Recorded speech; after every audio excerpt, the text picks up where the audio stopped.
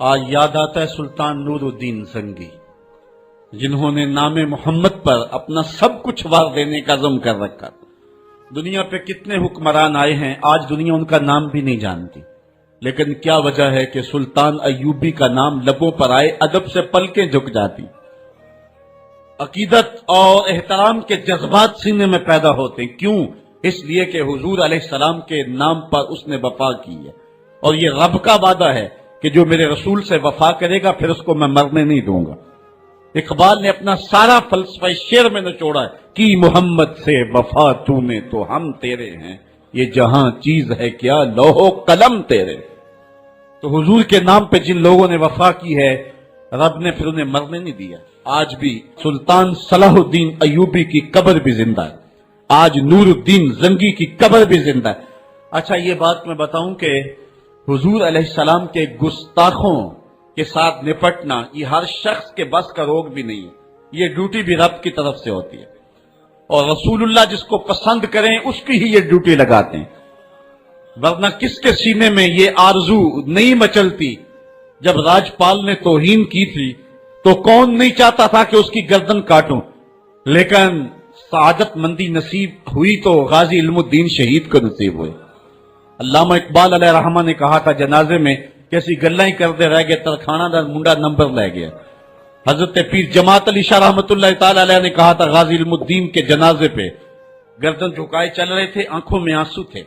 6 لاکھ لوگ حضرت غازی علم الدین کے جنازے میں شامل ہوا تھا۔ سید دیدار علی شاہ صاحب جب جنازہ پڑھانے کے لیے کھڑے ہوئے تو غش کھا کے گر پڑے۔ بعد میں جب اٹھے اور جنازہ پڑھایا تو کسی نے کہا حضرت آپ نے بڑے بڑے جنازے پڑھائے ہیں، کبھی یہ کیفیت آپ کی ہوئی نہیں ہے۔ فرمایا جنازے بڑے پڑھائے ہیں لیکن کبھی حضور کا دیدار نہیں ہوا ہے۔ آج پہلی بار یہ موقع ملا، ادھر جنازہ پڑھانے لگا، ادھر آمنہ کا لال بھی سامنے تھا۔ حضرت پیر امیر ملت علیہ رحمہ گردن جھکائے چل رہے تھے تو آپ نے کہا لوگوں میں نے بڑے بڑے بادشاہوں کی کہانیاں پڑھی ہیں، میرے دل میں کبھی یہ امنگ نہیں جاگی کہ فلاں بادشاہ میں ہوتا۔ جو فقیر ہوتا ہے وہ خود ہی شہنشاہ ہوتا ہے، اس لیے اس کے دل میں یہ آرزو کیوں پیدا ہو کہ وہ بادشاہ ہو، وہ خود ہی شہنشاہ ہوتا ہے۔ کہتے ہیں میں نے بڑے بڑے پہلوانوں کے تذکرے سنے ہیں، میرے دل میں یہ امنگ بھی نہیں جاگی کہ فلاں پہلوان میں ہوتا۔ اور پھر فرمانے لگے لوگوں میں نے بڑے بڑے ولیوں کے تذکرے سنے، میں نے کبھی یہ آرزو بھی سینے میں نہیں پائی کہ فلاں ولی میں ہوتا۔ لیکن آج غازی علم الدین کا جنازہ لوگوں کے کندھوں پہ جا رہا ہے، میرے دل میں آج یہ انگڑائیاں جذبات لے رہے ہیں، کاش آج اس چارپائی پہ جماعت علی شاہ ہوتا۔ یہ آرزو، یہ تمنا، یہ خواہش میرے دل میں انگڑائیاں لے رہے ہیں۔ یہ سعادت مندیاں ہیں، یہ خوش نصیب لوگوں کا مقصوم ہے، اور یہ مقدر والے لوگوں کو سعادت مندی نصیب ہوتی ہے۔ یہ یہودی یہ شروع سے پیغمبر حسن و جمال حضور علیہ السلام کی توہین و تنقیص کو شعار زندگی رکھتے ہیں۔ تو ایک زمانے میں انہوں نے سازش کی اور آقا کریم کے روضہ اطہر سے حضور کے جسد اطہر کو چرانے کی سازش کی، اور جس کی حفاظت میرا رب کرے کون اس محبوب کا بال بھی کا کر سکتا ہے۔ یہ جو کچھ ہو رہا ہے یہ ہمارا امتحان ہے، ورنہ جس کے سر پہ وارا فانا لاکا ذکر کا تاج میرے رب نے رکھا ہے، بھلا اس کی شان کو کوئی گھٹا سکتا ہے؟ جدا ذکر خدا بلند کرے کیڑا جمعہ حسن و بند کرے، اس ذکر دا حافظ آپ خدا پڑھو لا الہ، خود اللہ حفاظت کرنے والا ہے ذکر کی۔ یہ تاج رب نے محبوب کے سر پہ رکھا ہوا ہے، اس لیے چاند کی طرف منہ کر کے تھوکنے سے چاند کی نوری کرنوں کو میلا نہیں کیا جا سکتا۔ تھوکنے والے کا اپنا منہ گندا ہوگا، لیکن چاند کل بھی روشن تھا، چاند آج بھی روشن رہے گا۔ مدینے والے چاند کی عظمتوں کو کوئی گہنا سکتا ہی نہیں ہے، کیونکہ جس کے سر پہ وارا فانا لکا ذکر کی چادر میرے رب نے تان دی ہے، اس کی عظمتوں کو کوئی گھٹا سکتا ہی نہیں ہے۔ یہ امتحان ہمارا ہے، یہ آزمائش ہماری ہے۔ اللہ اکبر۔ تو میں نے کہا کہ یہ سعادت مند لوگوں کا مقصوم ہوتا ہے۔ تو زمانے میں کچھ بد نصیب یہودیوں نے یہ سازش کی کہ حضور کے جسد اطہر کو روضہ انور سے نکال لیا جائے، اور پھر باقاعدہ انہوں نے 2 اشخاص کو وظائف پڑھا کر کے، داڑیاں رکھوا کر کے، جبہ و دستار پہنا کر کے مدینے میں بھیجا، صوفیاء کے، نیکوکاروں کے، علماء کے، زاہدین کے روپ میں، اور انہوں نے وہاں ایک جگہ کرائے پہ لے لی اور اپنی کارروائی کا آغاز کر دیا۔ وہ اپنے کمرے کے اندر سرنگ کھودتے اور روزانہ مٹی نکالتے اور رات کے اندھیرے میں بقی کے قبرستان میں قبروں کے اوپر مٹی ڈال کے آ جاتے اور سارا دن تسبیح لیے اللہ اللہ کرتے رہتے. لوگ کہتے کہ یہ تو بڑے صالح لوگ ہیں اور پھر لوگوں کو خیرات بھی کرتے. لیکن کاروائیاں اور انداز یہ تھا، لباس خضر میں رہزنی کر رہے تھے اور یہ ڈاکو اور یہ رہزن لٹیرے ایک بہت خطرناک مہم پہ آئے ہوئے تھے. جب وہ بالکل قریب پہنچ گئے اور ایک روایت میں آتا ہے کہ حضرت عمر کے پاؤں کا انگوٹھا بھی ننگا ہو گیا. حضور علیہ السلام سلطان نور الدین زنگی کو خواب میں ملے اور ان کی شکلیں دکھائی کہ یہ دو موذی مجھ کو تکلیف دے رہے ہیں. تو سلطان فوراً اٹھا اور کہا مدینے میں کوئی غیر معمولی واقعہ ظہور پذیر ہوا ہے، اور اس نے جلدی سے کچھ سواروں کو اپنے ساتھ لیا اور کچھ خزانہ ساتھ لیا اور فوجوں کو حکم دیا کہ وہ تیار ہو کر کے جلدی میرے پیچھے آئیں. مدینے میں پہنچ کر کے اس نے دعوت عام کر دی اور لوگوں کو کہا کہ آؤ میرے دسترخوان نعمت سے کھاؤ، اور لوگوں کو خیرات کرنے لگا. سارا مدینہ اس کے پاس آیا، لیکن جو شکلیں اس نے دیکھی تھی اس کو وہ نظر نہ آئی. وہ بار بار پوچھتا تھا کوئی رہ تو نہیں گیا. لوگوں نے کہا کہ نہیں، سارے جو ہیں وہ آپ سے خیرات لے گئے ہیں. ہاں، دو شخص ایسے ہیں کہ جو بہت بڑے سخی ہیں، ان کو تو ضرورت ہی نہیں آپ کی دہلیز پہ آنے کی. بادشاہ نے کہا مجھے دکھاؤ وہ کون ہے. بادشاہ کو شک گزرا یہ وہی تھے. جب سامنے آئے تو بادشاہ نے فوراً پہچان لیا. کہا کہ میں تمہارے ڈیرے پہ جہاں تم رہتے ہو وہاں جانا چاہتا ہوں. بادشاہ تفتیش کرنا چاہتا تھا. جب دیکھا تو تسبیحیں لٹکی ہیں، مسلح بچھے ہوئے، قالین بچھے ہوئے ہیں. تو بادشاہ مسلح اٹھایا، قالین اٹھایا تو نیچے پھٹا تھا. جب پھٹا اٹھایا تو نیچے سرنگ تھی. پھر بادشاہ نے ان کو جانوروں کے پیچھے بندھوا کر کے چروا دیا. اور میں نے تاریخ میں پڑھا سلطان نور الدین زنگی مدینے کی گلیوں میں پھر اس کے بعد روتا پھرتا تھا اور اس کی آنکھوں میں آنسو تھے اور کہتا تھا یا رسول اللہ تمہاری مہربانی کہ یہ ڈیوٹی میرے ذمہ لگائی ہے، ورنہ کائنات بھری پڑی تھی. یہ سعادت مندی میرا مقدر کہ اس نوکری کے لیے مجھے منتخب کیا ہے. اور پھر اس نے روضہ رسول کے ارد گرد جو ہے جہاں تک پانی آتا ہے وہاں تک جو ہے اس نے جو ہے زمین کھدوائی اور سیسا پگھلا کے اس کے اندر ڈال دیا کہ دوبارہ قیامت تک کوئی موذی اس کی جرأت نہ کر سکے. تو روضہ رسول کے ارد گرد وہ سیسا پلائی ہوئی دیوار ہے جس کو کھودا نہیں جا سکتا.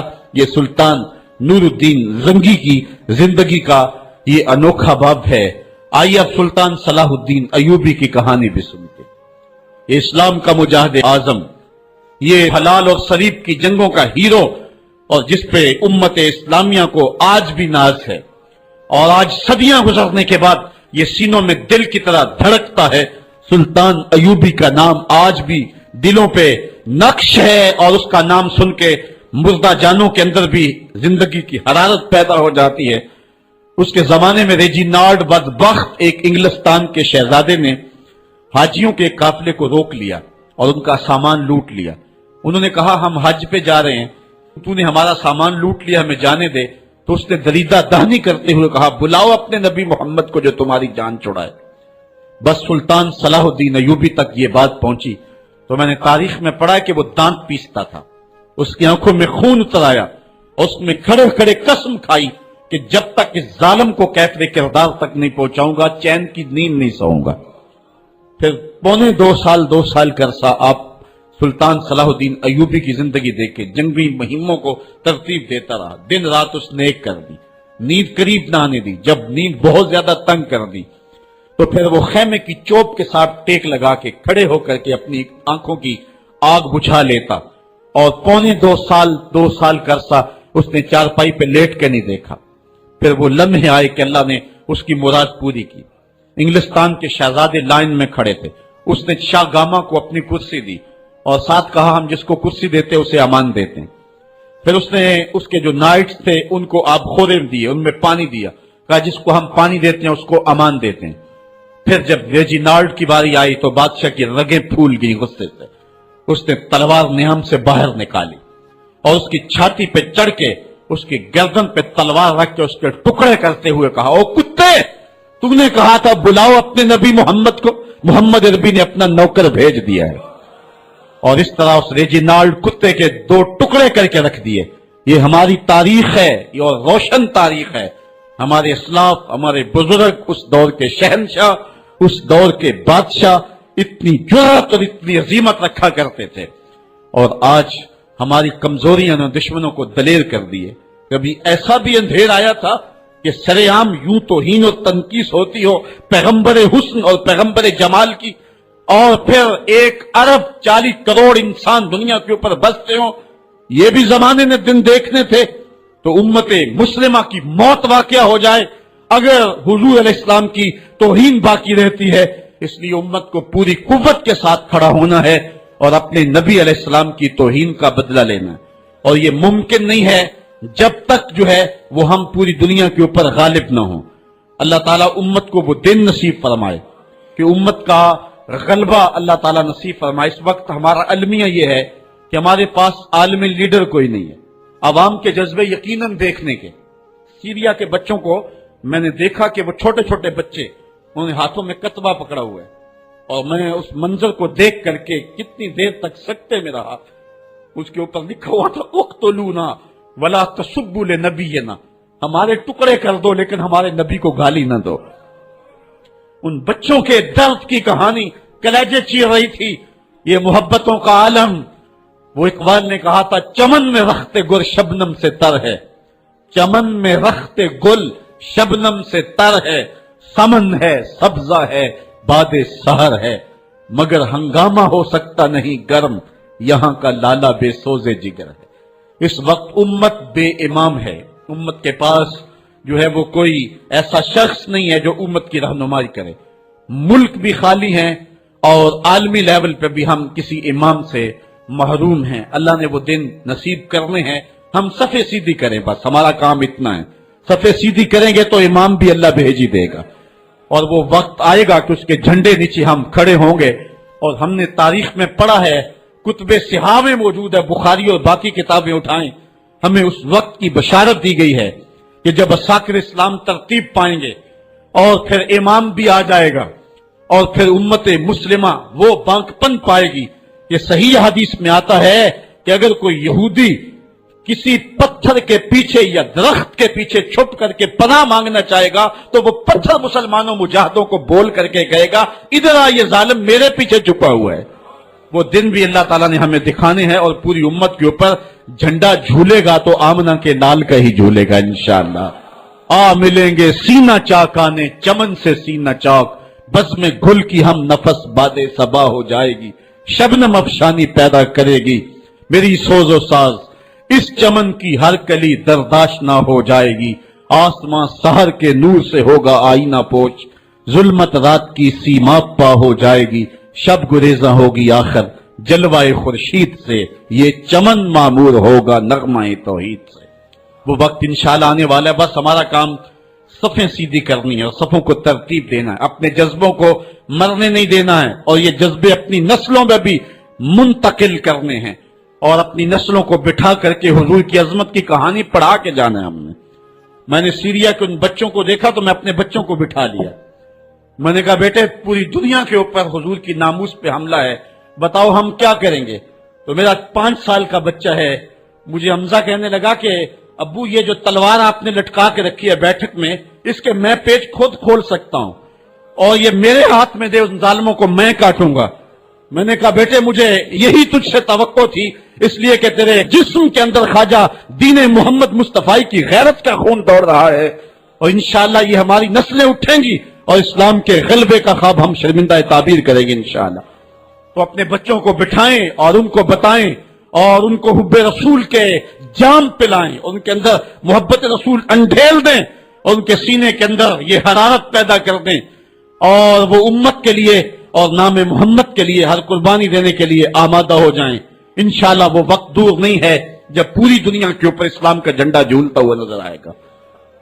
ہم نے اپنے جذبوں کو بہر صورت بیدار رکھنا ہے، اور اگر انہوں نے توہین کی زبان کھولی ہے تو کروڑوں انسان حضور کی مدح میں زبانیں کھول لیں، صبح و شام وظیفہ درود و سلام کا لبوں پہ جاری کر لیں اور حضور کے نام کا جھنڈا اٹھائیں. یہ گلیوں میں، یہ چوکوں میں، یہ بازاروں میں یہ احتجاج یہ تو ایک معمولی کیفیت ہے.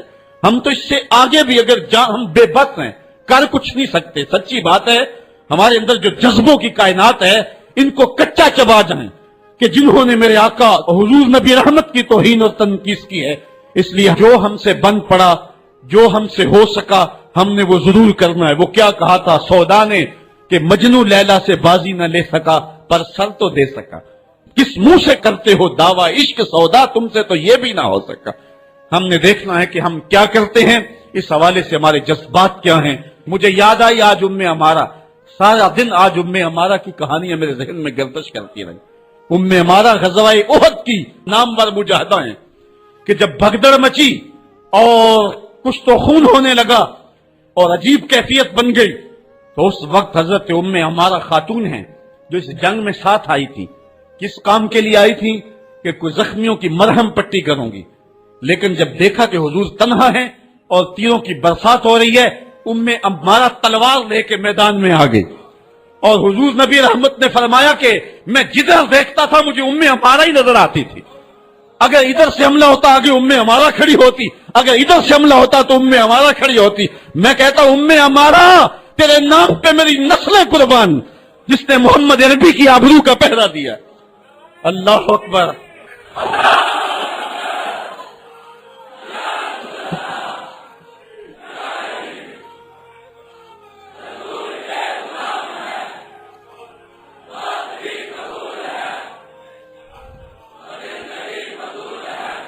تمہارے جذبے سچے ہیں انشاءاللہ، شاید مغرب کو بھول ہو گئی ہے۔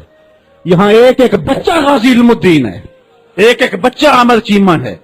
یہ سعادت مندیوں کا سفر ہے، یہ مغرب کو بھول ہو گئی ہے۔ اس نے کس قوم کو چھیڑا ہے؟ ان کی غیرت مری ہوئی نہیں ہے، انہوں نے کچوکے دیے، زخم دیے، امت کو معاشی بحران میں مبتلا کر دیا۔ روز پیٹرول کے بم ہمارے اوپر گرتے ہیں، لیکن ہم کبھی میدان میں نہیں آئے۔ لیکن سارے معاملات کے اندر ہم کمپرومائز کر سکتے ہیں، کمزوری بھی دکھا سکتے ہیں۔ اگر اس عنوان سے ہم کمزوری دکھائیں، ہمارا بچتا ہی کچھ نہیں ہے، ہمارا سب کچھ نام محمد ہے۔ ہم نے ہر دور میں تقدیس رسالت کے لیے وقت کی تیز ہواؤں سے بغاوت کی ہے، چھوڑ کے سلسلہ رسم سیاست کا فسوں، بس ایک نام محمد سے محبت کی ہے۔ ہم نے عہد غلامی کرنا ہے حضور علیہ السلام کے نام سے، اور انشاءاللہ یہ ہماری سعادت مندی ہے۔ ورنہ ہم نے وہ زمانہ بھی دیکھا ہے جس زمانے میں کوئی ایسا متنفس نظر نہیں آتا تھا جو حضور کے نام کا جھنڈا اٹھائے۔ یہ تاتاریوں کا دور ہے، جب بغداد کو اجاڑا گیا، امت کے سر کاٹے گئے، اور یہ حال تھا کہ منگول سردار نے کہا کسی مسلمان کا سر لاؤ، اپنے فوجیوں کو کہا نہیں تو تمہارا سر کاٹ کے لگائیں گے۔ ایک مینار تعمیر کرنا ہے کھوپڑیوں کا، اور پھر مسلمانوں کا پتہ ڈھونڈتے ہوئے لوگ ہاتھ میں پیسے لے کے گھومتے تھے کہ کسی مسلمان کا پتہ دے دو، اس کا سر کاٹیں ہم، لیکن مسلمان ملتا نہیں تھا، کاٹ دیے گئے۔ دجلہ 3 دن تک خون بن کے بہتا رہا۔ یہ ہماری تاریخ ہے بغداد کی۔ اور پھر دجلہ کا بند توڑ دیا گیا، جو لوگ تہ خانوں میں چھپے تھے 1.25 لاکھ لاشیں ہم نے وہاں سے پھر نکالی۔ پھر وہ لمحے آئے کہ کوئی ایسا متنفس نظر نہیں آتا تھا جس کے ہاتھ میں اسلام کا جھنڈا ہو۔ تو ایک منگول سردار عیسائی ہو گیا، اس نے ایک عیسائی پادری کو بلایا اور کہا کہ اپنے مذہب کی تبلیغ کر تاکہ کچھ لوگ اور بھی ہمارے ہم نوا ہو جائیں۔ اس نے قسم پرسی کے سالم میں کہ اب کوئی شخص نہیں ہے جو اسلام کا نام لیوا ہو، تو اپنے خود سے باطنی کا اظہار کر دیا اور پیغمبر حسن و جمال حضور نبی رحمت کی توہین و تنقیص کا آغاز کیا۔ ابن حجر نے لکھا ہے کہ ایک کتا تھا جو خیمے کی چوب کے ساتھ بندھا ہوا تھا، جب اس نے توہین کا آغاز کیا تو اس نے بھونکنا شروع کر دیا۔ لوگوں نے کہا کہ یہ کتا تیری اس توہین کی وجہ سے بھونک رہا ہے۔ اس نے کہا نہیں ایسی کوئی بات نہیں، یہ کتا نسلی کتا ہے۔ واقعی وہ نسلی تھا، اور میرا ہاتھ کا اشارہ پا کے غیرت میں آ گیا ہے، کوئی ایسی بات نہیں ہے۔ اس نے پھر توہین کا آغاز کر دیا۔ ابن حجر نے لکھا ہے کہ اس کتے نے زنجیر تڑوا کر کے اس پادری کے گلے میں جا کے دانت گاڑ دیے اور چھوڑا تب جب اس کو واصل جہنم کر دیا۔ اس منظر کو دیکھ کے 70,000 اس فوج کے سپاہی اسلام کے دامن میں آ گئے۔ اقبال نے اسی موقع پہ کہا تھا تو نہ مٹ جائے گا ایران کے مٹ جانے سے، نشائے میں کو غرض نہیں پیمانے سے، ہے ایاں یورش تاتار کے افسانے سے، پاسباں کعبے کو مل گئے صنم خانے سے۔ اللہ اپنے نبی کی آبرو کی یوں بھی حفاظت کرنا جانتا ہے۔ کون جانتا تھا کہ عامر چیمہ یہ کام سر انجام دے گا؟ وہ تو ٹیکسٹائل کی ڈگری لینے گیا تھا، لیکن غلامی رسول کی سند لے کے پلٹا۔ میں نے غازی کے جنازے میں شرکت کی ہے، آپ نیٹ پہ جائیں اور وہاں اس کے جنازے کی تصویر دیکھیں، یا کہیں تصویر آپ کو میسر ہو۔ جنازہ لوگوں کی انگلیوں پہ ہے، بھاری تابوت اور اس کے اندر اس کا جسد اطہر، لیکن ہاتھوں پہ نہیں ہے، آپ کو انگلیوں کے پوروں پہ نظر آئے گا۔ اور ایسے مناظر بھی دیکھنے والوں نے دیکھے کہ رش کی وجہ سے لوگ نیچے سے ہٹ بھی جاتے اور وہ پھر بھی ہواؤں میں تیرتا رہتا۔ آپ جا کے دیکھ لیں، میں کوئی ہوا میں بات نہیں کر رہا، بالکل انگلیوں کے پورے پہ میں خود شامل تھا، اور میری سمجھ میں اس وقت بات نہیں آتی تھی کہ یہ کیا ماجرا ہے، اتنا بھاری صندوق اور انگلیوں کے پوروں پہ۔ پھر ایک دن میں حضرت سعد بن معاذ کی کہانیاں پڑھ رہا تھا کہ ان کا جنازہ بڑا ہلکا تھا، تو پوچھا گیا تو فرمایا کہ سعد کے جنازے کو صرف انسان ہی جو ہے وہ کندھا نہیں دے رہے، فرشتے بھی کندھا دے رہے ہیں۔ غازی کا جنازہ ایسے ہوا میں تیرتا تھا جس طرح پانی پہ کشتی تیرتی ہے۔ میں نے خود غازی کی قبر کی پینتی پہ ایک سید زادے کو روتے دیکھا، اور وہ کیا رہا تھا، ربا میں تینوں یہ نہیں کہندا مینوں عامر چیما بنا دے، میں کہنا دے قدماں دی مٹی ہی بنا دے۔ یہ سعادت مندی کی موت ہے، یہ خوش نصیب لوگوں کی زندگی ہے، اور مسلمان اس کو اعزاز سمجھتا ہے۔ اس پورے حال میں کوئی ایک شخص بھی نہیں ہوگا کہ جس کے دل میں یہ آرزو نہ ہو کہ میں حضور کے نام پہ قربان ہو جاؤں۔ ایک ایک شخص کے سینے کے اندر، میں سمجھتا ہوں میرا ہی سینہ، لیکن نہیں، ہر شخص کا سینہ یہی ہے، اور ہر شخص کے اندر کے جذبات یہ، یار یہ دھڑا کیا ہے زندگی میں حضور کے بغیر، سب کچھ حضور ہی ہیں، اور ہماری زندگی کا سب سے قیمتی اثاثہ حضور کی ذات ستودہ صفات ہے۔ آپ کو جمعۃ المبارک کو جو کال دی گئی اس میں بھرپور شامل ہوں، جہاں جہاں سے آئے ہیں وہاں جو جلوس ہو بھرپور شامل ہو، لوگوں کو ترغیب دیں، اور اس کو جو ہے وہ بہت بڑے سائز کے اندر جلوسوں کو منعقد کرے تاکہ مغرب کو پیغام جائے کہ یہ تھکے ہوئے، ماندے ہوئے، ہارے ہوئے، یہ جو ہے وہ معاشی بحرانوں کے پسے ہوئے لوگ جب بھی اپنے من کا سودا کرتے ہیں تو بازار مصطفیٰ میں ہی کرتے ہیں، ان کو پیغام جائے، اور ہماری نسلوں کے اندر بھی یہ جذبے جاگے، اپنے بچوں کو بھی انگلیوں سے لا کر کے جو ہے وہ ان جلوسوں کے اندر لے کر کے آئیں، اور اس سعادت مندی کے سفر کے اندر ان کو بھی شامل رکھیں تاکہ ان کے اندر بھی یہ جذبے بیدار ہوں۔